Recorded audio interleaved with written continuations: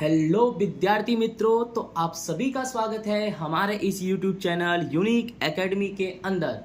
तो विद्यार्थी मित्रों, आज हम गाला असाइनमेंट कक्षा 12 विषय नामा का मूल तत्व अर्थात अकाउंट का सेक्शन डी पेपर नंबर 1 का सॉल्व करने जा रहे हैं। अगर आपने मेरे चैनल को सब्सक्राइब नहीं किया हो तो कृपया करके सब्सक्राइब कर दो। हिंदी माध्यम के सभी सब्जेक्ट के वीडियोस आपको गाला असाइनमेंट का संपूर्ण सॉल्यूशन के साथ सुरेश सर के द्वारा यहाँ पर दिया जा रहा है। तो चलो चालू करते हैं। क्वेश्चन नंबर 37 क्या है? नीचे की माहिती पर से भरत और यश की साझेदारी पीढ़ी की ख्याति का कीमत अंतिम 5 वर्ष, बेटा यहाँ पर याद रखना, अंतिम कितना वर्ष? 5 वर्ष के कौन सी पद्धति? भारित औसत लाभ की पद्धति से 3 वर्ष की खरीदी के आधार पर करना है। याद रखना यहाँ पर 2 वर्ष है, एक 5 वर्ष है और एक 3 वर्ष। तो बेटा एक सवाल वाला वर्ष होता है और एक ख्याति वाला होता है, ठीक है। तो सबसे पहले सवाल आप चेक करो, सवाल में कितने वर्ष हैं। तो आप देख लो, सवाल में ये रहा आपका वर्ष, ये रहा आपका लाभ, यही आपका सवाल है और कुछ नहीं है। कितने वर्ष है? 1 2 3 4 5, यानी पक्का हो गया कि 5 वाला जो वर्ष है ना वो सवाल का है। तो जो 3 है वो किसका है बेटा? वो ख्याति का वर्ष है। तो चलो हमें कौन सी पद्धति से ज्ञात करना है? भारित औसत लाभ की पद्धति से ज्ञात करना है। तो सबसे पहले आपके सवाल में वर्ष और लाभ दिया है। और बेटा सबसे पहले भारित लाभ का सूत्र क्या होता है? भारित औसत लाभ का सूत्र होता है कुल भारित लाभ बटे में कुल भार। याद रखना, भारित औसत लाभ का सूत्र होता है कुल भारित लाभ बटे में कुल भार। और इसकी एक पहचान भी होती है कि भारित औसत लाभ में जो लाभ होता है ना वह बढ़ते क्रम में होता है। देख लो 20, 30, 37, 500, 45, 60, ये बढ़ते क्रम में होता है। सबसे पहला कोष्टक हम बनाएंगे भार का। किसका बनाएंगे? भार। और भार को क्रम अनुसार मान लेंगे, यानी 1 2 3 4 5, और फिर भार को जोड़ देंगे तो कितना आएगा? कुल भार 15। अब दूसरा कोष्टक बनेगा कुल भारित लाभ। क्या बनेगा? कुल भारित लाभ। कैसे निकालेंगे? लाभ का भार में गुणा, 20,000 गुणे 1 20,000, 30,000 गुणे 2 60,000, 37,500 गुणे 3 1,12,500, 45,000 गुणे 4 1,80,000 और 60,000 गुणे 5 तो 3 लाख। और बच्चों इन सबको अगर हम जोड़ते हैं तो हमारा आएगा 6,72,500। इसको हम सूत्र में रख देंगे। कुल भारित लाभ हमारा कितना आया? 6,72,500 बट्टे में भार कितना है? 15। इसको भाग करेंगे तो आएगा 44,833.33। ये तुम्हारा आ गया भारित लाभ। अब अपने को ज्ञात करना है ख्याति। ख्याति का सूत्र क्या होगा? भारित लाभ का खरीदी के वर्ष से क्या कर देने का? गुणा। तो भारित लाभ आपका कितना है? भारित लाभ आपका है 44,833.33 और खरीदी का वर्ष कितना ले लेंगे हम यहाँ पर बच्चों? 3। अब आप बोलोगे 3 क्यों? क्योंकि मैं आपको पहले ही बता दिया हूँ सवाल में 2 वर्ष है, एक 5 है और एक 3 है। तो 5 कौन सा है? 5 तो सवाल वाला है, तो 3 कौन सा होगा? ख्याति वाला। यानी इसको 3 से हम गुणा करेंगे, 44,833.33 को 3 से गुणा करेंगे तो कितना आएगा? 1,34,499.99। ठीक है। तो आप देखो 499.99 का मतलब है उसे 500 मान सकते हैं, यानी 1,34,499.99 को हमने कितना लगभग मान लिया? 500, यानी आपका आंसर आएगा 1,34,500। ओके। नेक्स्ट हमारा क्वेश्चन नंबर 38 क्या है? अंजलि और आकांक्षा की पेढ़ी की कुल पूंजी 8 लाख है बच्चों। कुल पूंजी कितना है? 8 लाख। अपेक्षित मुआवजा का दर कितना है? 12%। और अंतिम 3 वर्ष का लाभ कितना है? 1 लाख, 1,40,000, 90,000। ख्याति का मूल्य अंतिम 3 वर्ष, देखो यहाँ पे लिखा है 3 वर्ष के अधिक लाभ के खरीदी के आधार पर गिनना है। यानी इस सवाल में हमें क्या ज्ञात करना है बच्चों? अधिक लाभ ज्ञात करना है, ठीक है। और ख्याति के लिए वर्ष कितना लेना है? 3 वर्ष लेना है। तो चलो हम चालू करते हैं। याद रखना, हमें इस सवाल में अधिक लाभ ज्ञात करना है। क्या ज्ञात करना है? अधिक लाभ। तो ध्यान से समझना इसको। सबसे पहले 3 वर्ष का लाभ दिया है आपके सवाल में, 1 लाख, 1,40,000 और 90,000। ठीक है। सबसे पहले आप ये जान जाओ कि अधिक लाभ का सूत्र क्या होता है। आपके सवाल में क्या ज्ञात करना है? अधिक लाभ। अधिक लाभ का सूत्र होता है औसत लाभ माइनस अपेक्षित लाभ। यानी अगर आपको अधिक लाभ ज्ञात करना है तो सबसे पहले हमें कौन सा लाभ चाहिए? औसत लाभ। तो पहले हम औसत लाभ निकालेंगे। तो औसत लाभ का सूत्र क्या होता है? कुल लाभ बटे में वर्ष की संख्या, और कुल लाभ मतलब 1,01,40,90 को जोड़ेंगे तो 3,30,000 कुल लाभ आएगा। 3,30,000 को वर्ष की संख्या कितनी है, 3 वर्ष के लाभ है, तो 3 से क्या कर देंगे हम बच्चों, भाग कर देंगे। 3,30,000 को 3 से भाग करेंगे तो कितना आएगा, 1,10,000 आएगा। 1,00,000 कितना आएगा, 10,000। तो ठीक है, अब ध्यान से समझना इसको। देखो अधिक लाभ में औसत लाभ कितना लिख दिया हमने, 1,10,000 लिख दिया, माइनस अब कौन सा लाभ चाहिए, अपेक्षित लाभ। तो आपके सवाल में अपेक्षित लाभ नहीं दिया है, आपके सवाल में अपेक्षित लाभ नहीं दिया है। तो अपेक्षित लाभ का सूत्र होता है विनियोजित पूंजी गुणे अपेक्षित मुआवजा का दर, और आपके सवाल में पूंजी दिया है, आपके सवाल में पूंजी दिया है, देख लो पूंजी 8 लाख और अपेक्षित मुआवजा का दर 12%।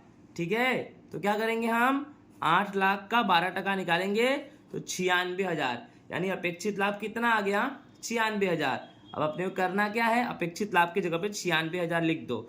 1,10,000 में से 96,000 घटाएंगे तो 14,000 आएगा, यानी बच्चों अधिक लाभ कितना आ गया, 14,000। अब ज्ञात करेंगे ख्याति। ख्याति का सूत्र क्या होता है, अधिक लाभ गुणे खरीदी के वर्ष। अब चेक कर लो यहाँ पर ख्याति के खरीदी के वर्ष कितने दिए हैं। देखो यहाँ लिखा है 3 वर्ष के अधिक लाभ के, ये देखो 2 वर्ष की खरीदी के आधार पर गिनना है। ख्याति का मूल्य जो गिनना है ना, 3 वर्ष सवाल वाला है और 2 कौन सा होगा बच्चों, ख्याति वाला होगा। तो 2 से करेंगे हम गुणा, तो अधिक लाभ तुम्हारा कितना निकला, 14,000। यहाँ 14,000 लिख दो, खरीदी के वर्ष ख्याति का 2 और 14 गुणे 2 कितना हो जाएगा, 28,000। तो आई होप आपको समझ में आ गया होगा। नेक्स्ट हमारा क्वेश्चन 39 है, आराध्या कंपनी लिमिटेड का तारीख 31/3/2022 और 31/3/2023 के रोज पूरे होते वर्ष का लाभ हानि पत्रक संक्षेप में निम्नानुसार दिया गया है, इसके आधार पर तुलनात्मक लाभ हानि पत्रक बनाओ। यानी आपको बनाना है तुलनात्मक लाभ हानि पत्रक, और आपके सवाल में जो दिया है वह दिया है लाभ हानि का पत्रक। ठीक है, आपका सवाल आपके सामने दिख ही रहा है, लाभ हानि का पत्रक आपको दिख ही रहा है। लाभ हानि के पत्रक में क्या क्या दिया है, बिक्री से उपज, अन्य आवक, उपयोग में लिए गए कच्चा माल, वित्तीय खर्च, घिसाई, अन्य खर्च और आयकर का दर 30%। टिप्पणी नंबर 31/3/23 पहले है और 31/3/22 बाद में है। अपने को बनाना है तुलनात्मक लाभ हानि का पत्रक। ध्यान से देखना ये सवाल,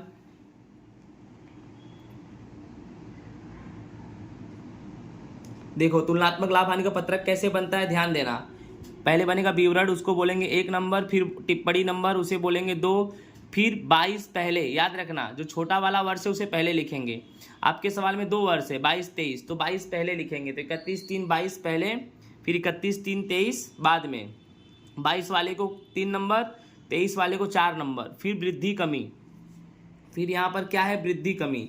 वृद्धि कमी को क्या बोलेंगे, 5 नंबर। 5 नंबर कैसे निकलेगा, 4 में से 3 घटाएंगे। फिर वृद्धि कमी प्रतिशत में, ये 6 नंबर है, कैसे निकालेंगे, 5 में 3 का भाग देके गुणे क्या करेंगे, 100। एक समझाऊंगा, बाकी सब आप समझ जाना, ठीक है ना। अब ध्यान से समझना, सबसे पहले तो क्या करेंगे हम, 1 नंबर इसका फॉर्मेट है, 1 नंबर बिक्री से उपज, तो बिक्री से उपज में क्या करेंगे, 22 वाले को पहले लिखेंगे। तो 22 वाला का पहला कौन है भैया, देखो ध्यान से, देखो बिक्री से उपज में 22 वाले में पहले कितना है 1950, 23 वाले में कितना है 25-35, तो इस तरह से लिखना है, देख लो 1950 और 25-35 लिख दिया। अब 5 नंबर कैसे निकलेगा, 4 में से 3 घटाना है, 25-35 में से 1950 घटाओ, 5-85। अब ये 5/3 गुणे 100, 6 नंबर कैसे निकला, 5 कितना है तुम्हारा, 5 है, 5/85 भागे 3, 3 कितना है 1950, यानी 5/85 में 1950 का भाग दे देंगे और 100 से गुणा कर देंगे तो तुम्हारा 30% आ जाएगा। इसी प्रकार से अन्य आवक, तो अन्य आवक में सबसे 22 वाला देखेंगे, 22 वाला में कितना दिया है 190 और 23 वाले में कितना दिया है 285, देख लो 22 वाले में 190, अन्य आवक 22 वाले में 190 और देखो 23 वाले में कितना दिया है 285, तो उस तरह से है 190 285 285। अब इसमें देखो 5 कैसे निकला, 4 में से 3 घटाएंगे तो 4 कितना है 285, 4 देखो 285 और 3 कितना है 190, तो 285 में से 190 घटाएंगे 95,000। अब इसका टका तो आप निकाल ही लोगे, ठीक है। उसके बाद 3 नंबर आएगा, अन्य आवक हो गया, 3 नंबर आएगा कुल आवक। कुल आवक मतलब 1950 और 190 को जोड़ेंगे तो 2140, 25 35, 2 85 को जोड़ेंगे तो 28 20, 28 20 में से 21 40 घटाएंगे तो 6 80, और टका आपको निकालने आ ही गया होगा, 5/3 गुणे 100। अब इसके बाद चौथा नंबर इसमें क्या है, खर्च है। क्या है, खर्च। अब खर्च में आपका क्या क्या दिया है सवाल में देख लो। खर्च में आपका क्या क्या दिया है, माल की लागत 1, वित्तीय खर्च 2, घिसाई 3, अन्य खर्च 4। ये चारों खर्च को हम साथ में पहले लिख देते हैं, ठीक है। चारों खर्च को साथ में लिख दो। देखो, माल की लागत, वित्तीय खर्च, घिसाई, अन्य खर्च। अब देखो ये 22 वाला है तो 22 वाला सब रकम लिख दो। 22 वाला रकम देख लेना, 950, 150, 60 और 340। ये 22 वाला रकम है, आप चेक कर सकते हो, देख लो। 950, 150, 60, 340। ठीक उसी प्रकार इधर लिखेंगे 1140, 90, 60, 425। 23 वाले में देखना ध्यान से, देखो 23 वाले में 1140, 90, 60,000, 425। ठीक है। अब करना क्या है, सब में घटाना ही है। इसमें से ये घटाएंगे तो 190, इसमें से ये घटाएंगे तो 60,000 माइनस में, 90,000 में से 150 घटाएंगे 60,000 माइनस में। तो माइनस नहीं लिखना, कोष्टक में लिखना। कोष्टक का मतलब हुआ माइनस में। 60,000 में से 60,000, अब उसमें इस तरह से है। अब ये देखिए इसमें कैसे है कि 60,000 60,000, 60,000 में से 60,000 घटेगा तो कुछ नहीं बचेगा, तो टका भी नहीं निकलेगा। फिर 425 में से 340 माइनस करेंगे, 215 और 14.33 आएगा। ठीक है, इस तरह से अपने ने ये कर दिया। अब हेडिंग क्या है अपना, कुल खर्च। क्या, कुल खर्च। अब कुल खर्च कैसे करेंगे, जितने भी खर्च है उन सबको क्या करेंगे, जोड़ देंगे। खर्च मतलब 950, 150, 60, 340, इसको जोड़ेंगे तो 15 लाख आएगा। फिर 1140, 90, 60, 425, इसको जोड़ेंगे तो 17,15,000 आएगा। ठीक है। अब 17,15,000 में से 15 लाख घटाएंगे तो 2,15,000, और टका तो आपको निकालने आ गया। सूत्र पता है, 5/3। 5 मतलब ये देखो, ये 5 नंबर है, तो 5 2 15 भागे 15 गुणे 100 करेंगे तो आ जाएगा। आप कैलकुलेटर यूज करना, समझ में आ जाएगा। ठीक है, कुल खर्च निकल गया। अब हम क्या निकालेंगे कुल खर्च के बाद, ये हमारा कैसा था, आप नंबर भी दे सकते हो, नहीं देना है तो नहीं भी दे सकते हो, ऐसे भी दे सकते हो। 1 नंबर बिक्री से उपज, 2 नंबर अन्य आवक और 3 नंबर कुल आवक, यानी इन दोनों को जोड़ा तो क्या आया, कुल आवक। 4 नंबर पे खर्च हो गया तो कुल खर्च। ठीक है। अब 5 नंबर क्या होगा, आयकर से पहले का लाभ। आयकर से पहले का लाभ कैसे निकलता है, 3 में से 4 घटा देंगे तो तुम्हारा 3 कौन सा है, 3 तुम्हारा ये रहा। ठीक है, उस और 4 कौन सा है, मतलब ये कुल खर्च, यानी कुल खर्च यानी ये रहा। तो 2140 में से 15 लाख घटा देंगे तो 640 आएगा। ठीक उसी प्रकार 2820 में से 17-15 घटाएंगे तो इतना आएगा। इसमें से ये घटाएंगे तो इतना आएगा, और टका आपको निकालने आ जाएगा। ठीक है, आगे देखो, लास्ट में आप में क्या है, घटाओ आयकर, और आयकर आपके सवाल में दिया है 30%। आप चेक कर सकते हो, आपके सवाल में आयकर 30% दिया है, राइट। तो करना कुछ नहीं है, 30% निकाल देने का। 6,40,000 का 30%, 1,92, इसका 1,10 जो भी है इसका 30% निकालेंगे तो इतना आएगा। ठीक है, फिर क्या करेंगे, इसमें से ये घटा देंगे तो ये आएगा। फिर इसका क्या निकाल देंगे, टका। लास्ट नंबर क्या है, आयकर के बाद का लाभ। कैसे निकालेंगे, 640 में से 1,92 घटा देंगे, 448, इसमें से ये घटा देंगे, फिर इसमें से ये घटा देंगे, और फिर टका निकालना है तो आप पहले 640 में से 1,92 घटाएंगे तो इतना आएगा। फिर इसमें से ये घटाएंगे तो इतना आएगा। फिर इसमें से ये घटाएंगे तो इतना आएगा। फिर टका निकालने तो आपको आएगा। ठीक है, इसी प्रकार से ये सवाल हमारा क्या होता है, पूरा होता है। आई होप आपको ये सवाल समझ में आया होगा। इसमें कुछ है नहीं, बस कैलकुलेशन है, ध्यान से करोगे, कुछ भी नहीं है। ठीक है, ओके।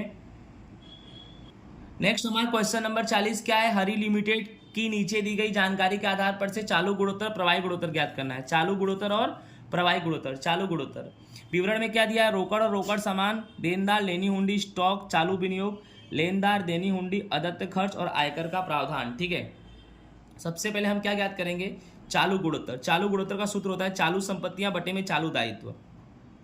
चालू संपत्तियां कौन कौन सी होती हैं, रोकड़, देनदार, लेनी हुंडी, चालू विनियोग, स्टॉक। ये कौन सी संपत्तियां हैं, चालू संपत्तियां हैं। चालू संपत्तियां कौन कौन सी हैं, रोकड़, देनदार, लेनी हुंडी, चालू विनियोग, स्टॉक। इन सबको क्या कर दो, 180, 120, 60, 1 लाख, 140 जोड़ दो तो चालू संपत्तियां कितनी आ गई तुम्हारी, 6 लाख। ठीक उसी प्रकार चालू दायित्व में क्या आएगा, लेनदार, देनी हुंडी, अदत्त खर्च, आयकर का प्रावधान। 2 लाख, 1 लाख, 80,000, 80,000 सब कुछ कीमत दिया है। ये कितना आएगा, 460। करना क्या है आपको, चालू संपत्तियां कितनी निकली, 6 लाख, तो 6 लाख बटे में चालू दायित्व कितना, 460। तो इसका अगर भाग करेंगे तो 1.30 आएगा।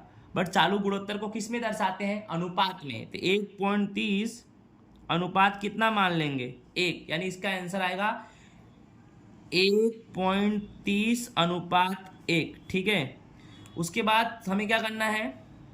प्रवाही गुणोत्तर ज्ञात करना है। प्रवाही गुणोत्तर का सूत्र होता है प्रवाही संपत्तियां बटा में चालू दायित्व। तो प्रवाही संपत्तियां बहुत आसान है। प्रवाही संपत्तियां मतलब चालू संपत्तियों में से स्टॉक घटा दो। और आपको पहले से मालूम है चालू संपत्ति कितनी है? 6 लाख। 6 लाख में से स्टॉक तुम्हारा 1.40 दिया है, 6 में से 1.40 घटाएंगे 4.60 आएगा। तो 4.60 तुम्हारा क्या आ गया? प्रवाही संपत्ति। और बेटा चालू दायित्व तो तुम्हारा 4.60 है। 4.60 काटेंगे तो 1 आएगा, यानी इसको हम क्या मान लेंगे? 1:1 मान लेंगे। आई होप आपको समझ में आ गया होगा। ओके, नेक्स्ट हमारा क्वेश्चन नंबर 41 लास्ट है कि समर्थ कंपनी की निम्न माहिती पर से परिचालन प्रवृत्ति में से उत्पन्न रोकड़ प्रवाह का पत्रक तैयार करो। विवरण दिया है कार्यशील पूंजी में परिवर्तन से पहले का लाभ, देनदारों में वृद्धि, लेनी हुंडी में कमी, स्टॉक में कमी, अग्रिम चुकाया खर्च में वृद्धि, खर्च चुकाना बाकी में वृद्धि और लेनदारों में कमी। तो समर्थ कंपनी की निम्न माहिती पर से परिचालन प्रवृत्ति में से उत्पन्न रोकड़ प्रवाह का पत्रक बनाना है। यानी हमें परिचालन प्रवृत्ति का रोकड़ प्रवाह बनाना है। कौन सी प्रवृत्ति का? परिचालन। तो दोस्तों परिचालन प्रवृत्ति का बनाना तो है, लेकिन हमें सबसे पहले उसके लिए परिचालन प्रवृत्ति का पूरा फॉर्मेट याद होना चाहिए। क्या याद होना चाहिए? फॉर्मेट। ठीक है, तो फॉर्मेट कुछ इस तरह से है, ध्यान में रखो। ये रहा अपना फॉर्मेट। क्या है भाई? परिचालन प्रवृत्तियों में से उत्पन्न रोकड़ प्रवाह। सबसे पहले इसमें क्या आता है? लाभ हानि पत्रक के अनुसार चालू वर्ष का लाभ। सबसे पहले ये लिखेंगे। तो आपके सवाल में दिया है क्या? आपके सवाल में है, देखो, कार्यशील पूंजी में परिवर्तन के पहले का लाभ, यही है लाभ 4,95,000। तो देखो ध्यान से, ये रहा आपका परिचालन प्रवृत्ति। तो परिचालन प्रवृत्ति में से उत्पन्न रोकड़ प्रवाह में सबसे पहले लिख दिया कार्यशील पूंजी में परिवर्तन के पहले का लाभ 4,95,000 आ गया। ठीक है, फिर क्या है बेटा? फॉर्मेट में चेक करो, फॉर्मेट में क्या है? फिर फॉर्मेट में ये है घटाओ गैर परिचालन आवक। अर्थात गैर परिचालन आवक है तो उसको क्या कर दो? घटा दो। तो क्या है इसमें? विनियोग बिक्री से लाभ, संपत्ति बिक्री से लाभ, विनियोग पर प्राप्त ब्याज, विनियोग पर प्राप्त डिविडेंड, संपत्तियों पर भाड़ा की आवक, ये सब गैर परिचालन आवक है। अगर दिया गया हो तो घटा देने का। बच्चों आपके सवाल में ऐसा कुछ भी नहीं दिया है, आप चेक कर सकते हो। आपके सवाल में ये सब कुछ भी नहीं दिया है। अगर आपको ट्रस्ट ना हो तो देख लो। विनियोग बिक्री से लाभ, संपत्ति बिक्री से लाभ, विनियोग पर प्राप्त ब्याज, विनियोग पर प्राप्त डिविडेंड, संपत्तियों की भाड़ा आवक, यहाँ ऐसा कुछ भी नहीं है। यानी ये वाला फॉर्मेट तो सेटअप हो ही नहीं रहा है। ठीक है, आगे देखते हैं। इसके बाद क्या है? इसके बाद ये है फॉर्मेट में आता है जोड़ो। जोड़ो में क्या आएगा? अपलिखित घिसाई अगर हो तो उसे क्या करेंगे? हम जोड़ देंगे। ठीक है, अपलिखित अदृश्य संपत्तियां हो, जोड़ देंगे। अपलिखित अवास्तविक संपत्तियां, संपत्ति बिक्री से नुकसान, आयकर का प्रावधान, सामान्य अनामत खाते का परिवर्तन, सूचित डिविडेंड, अगर ये सब दिया हो बच्चों तो जोड़ देंगे। और आपके सवाल में बच्चों ये सब भी नहीं दिया है, आपके सवाल में ये सब भी नहीं दिया, तो ये भी फॉर्मेट सेटअप नहीं हो रहा है। राइट, उसके बाद का फॉर्मेट क्या है? ध्यान दो, फिर से जोड़ो। कौन सा खर्च? वित्तीय खर्च। अब वित्तीय खर्च में क्या है? चुकाया डिविडेंड, चुकाया ब्याज, चुकाया डिविडेंड और चुकाया ब्याज। तो बेटा आपके सवाल में ये भी नहीं है, चेक कर सकते हो। चुकाया डिविडेंड, चुकाया ब्याज कहीं नहीं है। ठीक है, ये भी फॉर्मेट सेटअप नहीं हो रहा है। अब आगे ही तुम्हारा फॉर्मेट है कार्यशील पूंजी में परिवर्तन से पहले का परिचालन लाभ। इसमें जोड़ो चालू संपत्तियों में कमी और चालू दायित्व में वृद्धि, और घटाओ चालू संपत्तियों में वृद्धि और चालू दायित्व में कमी। ये आपके सवाल में दिया है। तो जिस तरह से देखो यहाँ पे लिखा है जोड़ो चालू संपत्तियों में कमी, तो चालू संपत्तियां आपके सवाल में है लेनी हुंडी, और लेनी हुंडी में कमी बोला है। देख लो, देखो ये लेनी हुंडी में कमी, यही है बेटा तुम्हारा क्या? चालू संपत्तियों में कमी। तो लेनी हुंडी की रकम कितनी है? 40,000। तो यहाँ पर मैंने 40,000 लिख दिया। फिर फॉर्मेट में क्या है? फिर घटाओ में चालू संपत्तियों में कमी हो गया, चालू दायित्व में वृद्धि, तो चालू दायित्व में वृद्धि नहीं है। घटाओ में क्या है? चालू संपत्तियों में वृद्धि, तो चालू संपत्तियों में वृद्धि है बेटा। देखो देनदार, ये चालू संपत्ति है, तो चालू संपत्ति, देनदार में वृद्धि मतलब चालू संपत्ति में वृद्धि कितना है? 75,000। तो देख लो घटाओ चालू संपत्तियों में वृद्धि, देनदार कितना है 75,000। 75,000 को किस में लिख देंगे, कोष्टक में। 75,000 किस में लिख देंगे हम, कोष्टक में लिख देंगे। तो आई होप आपको समझ में आ गया होगा। यानी जोड़ों में चालू संपत्तियों में कमी ये सवाल में था, और घटाओं में चालू संपत्तियों में वृद्धि ये सवाल में था। इसके अलावा सवाल में कुछ है नहीं। तो देख लो मैंने लिख दिया, आपको समझ में आना चाहिए